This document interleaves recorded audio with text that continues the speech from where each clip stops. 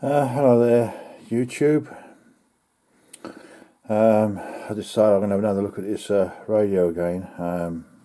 As I say, I'm a bit stuck at the moment as to what's wrong with it, as I'm missing a test equipment that I need that would help tremendously with this. It really would. It really would help a lot. So I'm going to have another look at this. I had planned to do this quite some time ago, and I didn't get around to doing it chiefly because I'm waiting on the lead. I was going to do a proper demonstration, as it were, and give a bit of help for you guys that are just getting hold of your drones to fly. I mean, I have to have a bit of practice myself because it's been a while since I've flown. But this is what I was on about. This is a program that you can buy called Phoenix Flight Simulator. This one, this particular disc is very old. It's 2005, 2006, and there's been an awful lot of updates since then. Nowadays, you can actually fly drones with this. You can basically fly just about any aircraft that's in here and drones now. With this package, and what you do is you obviously you put this in your computer, program your computer with this. You have a lead with a box which works between your PC and your control box. This is mine. This is my flight control box. It's a computerized one. It is charged up, though it'll be running low now. It's programmable. You can mix channels, and whether it's computer controlled. It's my first computer controlled Vitara box. My original ones were just an ordinary basic controller, but you know, you can if you're flying biplanes where you need to feed in other controls, just ailerons. See, with modern planes, you put aileron control in, the aircraft will just turn. Most people, including myself in the early days, once you've got up in the air, once you've steered your aircraft down the runway, you don't use your rudder again. You just use ailerons and an elevator to turn and bank and whatever, which is not really any good when you get weather conditions that require rudder, like flying in crosswinds and things. I got a lot of practice at flying, with strong crosswinds with a model aeroplane on Flight Simulator. See, you can crash as many times as you want, and it doesn't matter. You know what I mean? So you can take risky manoeuvres and do risky stunts and things, and fly close to the ground, and not have to worry about crashing into anything, because it doesn't matter, because you just reload a new aircraft and you're away again. But it's when it's your actual aircraft, the actual thing itself, and you crash it in the same way, it's quite it's quite upsetting, because there's not only setting it all up again, but you've got to buy your new aircraft and maybe build something, repair something. It takes time, and you're not flying while you're fixing it. But in the back of this, in the back of the radio, there's a square. Well, it's not quite square, nearly oblong, and connected it goes in the back, which is the lead that goes between this and that little box with a lead, and that's what I'm waiting for. I've rang them today. I've asked them, like, is there any chance you can give us some idea when we're going to get this? It says it should be arriving at theirs Wednesday or Thursday. Then obviously they'll send it up as quickly as I can. I could have probably bought it from somewhere else and got it quicker, but I like to deal with this shop because they are so useful for advice. You know, it's worth waiting, honest. Because when you're really, really stuck and you need advice, this shop is fantastic, really good for me. But it's down in London, so I have to get everything sent in the post. But anyway, that's what I wanted to show you. And I was hoping to help Doug with his copter when he got his copter. And also Carl, give a few tips on flying, but obviously I need to practice a bit myself because it's been a while since I've flown.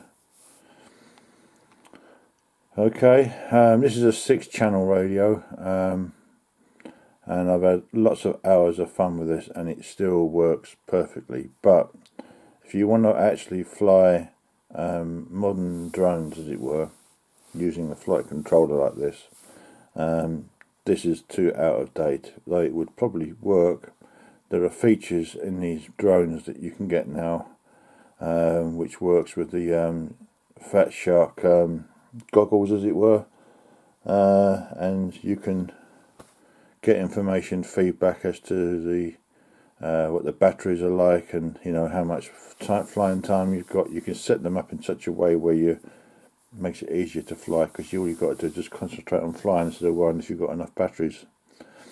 But anyway, let's get back to the radio, because that's what I came back here to do. As far as what's wrong with my radio, this H.M.V, I'm still no further forward, so let's see what we can play around with.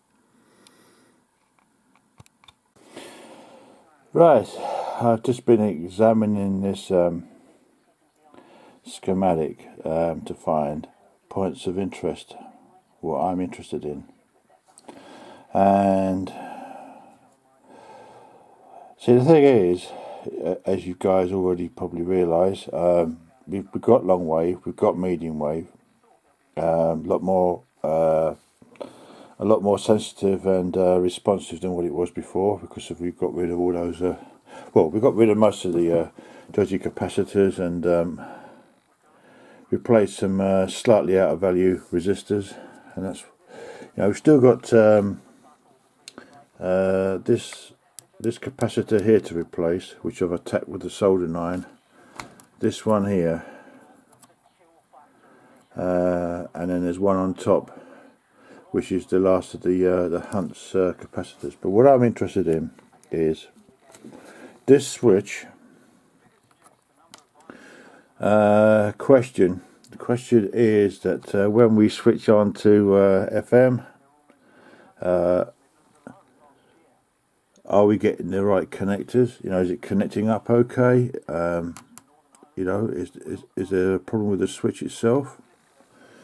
So that's one thing we want to check. I'm also interested in the base of TR3. Where are we? Just watching the camera to see what we're looking at. Right, base of TR3, which is here. So here's our aerial.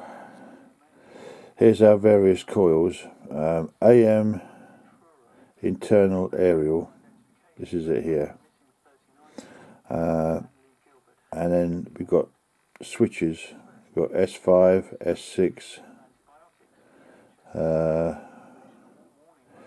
S1 there, S2. We've got various switches, which basically, as far as I can see, switches on different parts of the aerial, as into which coil is going to be used, depending upon what frequency we want to receive. Like long wave, medium wave, VHF, etc. So, obviously, turn this to FM, AM, and then we want to have a look to see what we get in. Now this is where a signal tracer would come in, so we want to see what we're getting in at TR3, and see if we can find out. I have to try to just bear with me a minute.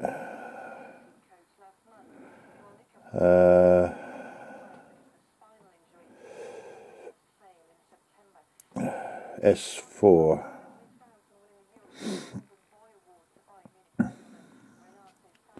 Now the next question I want to ask myself is, when we switch on to FM AM, do we have an oscillator working? If I had a way of, if I had the right equipment, I would be able to solve that as well. I mean, I have an audio generator, a frequency generator, but it's not accurate. It doesn't tell me exactly what frequencies I'm putting on. I don't have a frequency counter as such. I've got something on a multimeter, but it's not very accurate. I've tried messing around with that. That was part 26, the other parts, which I've lost. I still can't get anything out of this damn thing. So that's what I want to have a look at. TR3, these switches on here. and see what we haven't got. I mean, it might be that we haven't got an oscillator working on FM AM, and I think the oscillator is in this stage here. This stage here, because if you look, you've got a coil arrangement there and a wire coming out going to switch 4, which goes into the base of TR3. So I want to have a look at TR3, the base, and see what it is.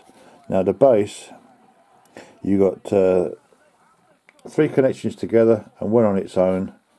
The middle one on its own, the last one as it were, is shield, so it's emitter, base, and then collector on the end. Okay, so we'll have a look at that next. Now TR3 is this one at the back here, which is this one here, underneath all these wires. Right, so that's what we're looking at next. So right now I've got the oscilloscope set up onto the base of TR3 and it's switched to FM AM. Okay, and that's what the scope's doing. I don't know if that very slight flickering is modulation that's being picked up, but when I turn this to something else, it goes out of the window. Does that entail, Tony? It's basically a de-escalation technique and breakaway. And you can hear the radio working now. That's what I've got on the scope. You can move out the way and push them away. It is quite useful. So that tells me that that transistor is working. Looking at the schematic TR3, that's working. This guy was surrounded by 5 police officers. So when we switch to that,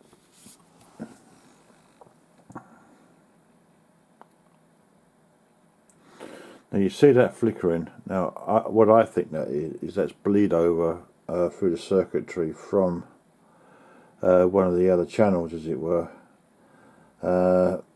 bleeding over onto the FM AM, which you wouldn't normally see because it'd be full of modulation and whatever coming from the radio, you know, going through the circuitry, as it were. So yeah, it's going mad now. So I haven't retuned it. All I've done is just switched it to the dead channel. So that's here. Where are we? Looking at that. That's here, the base. So that means looking back. Now, if you look back, it's difficult for me to see because I've got a scope leading away. So what else is connected to TR3?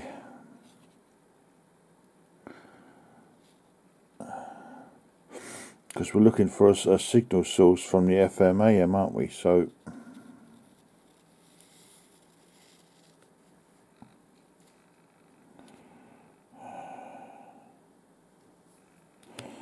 that's this here.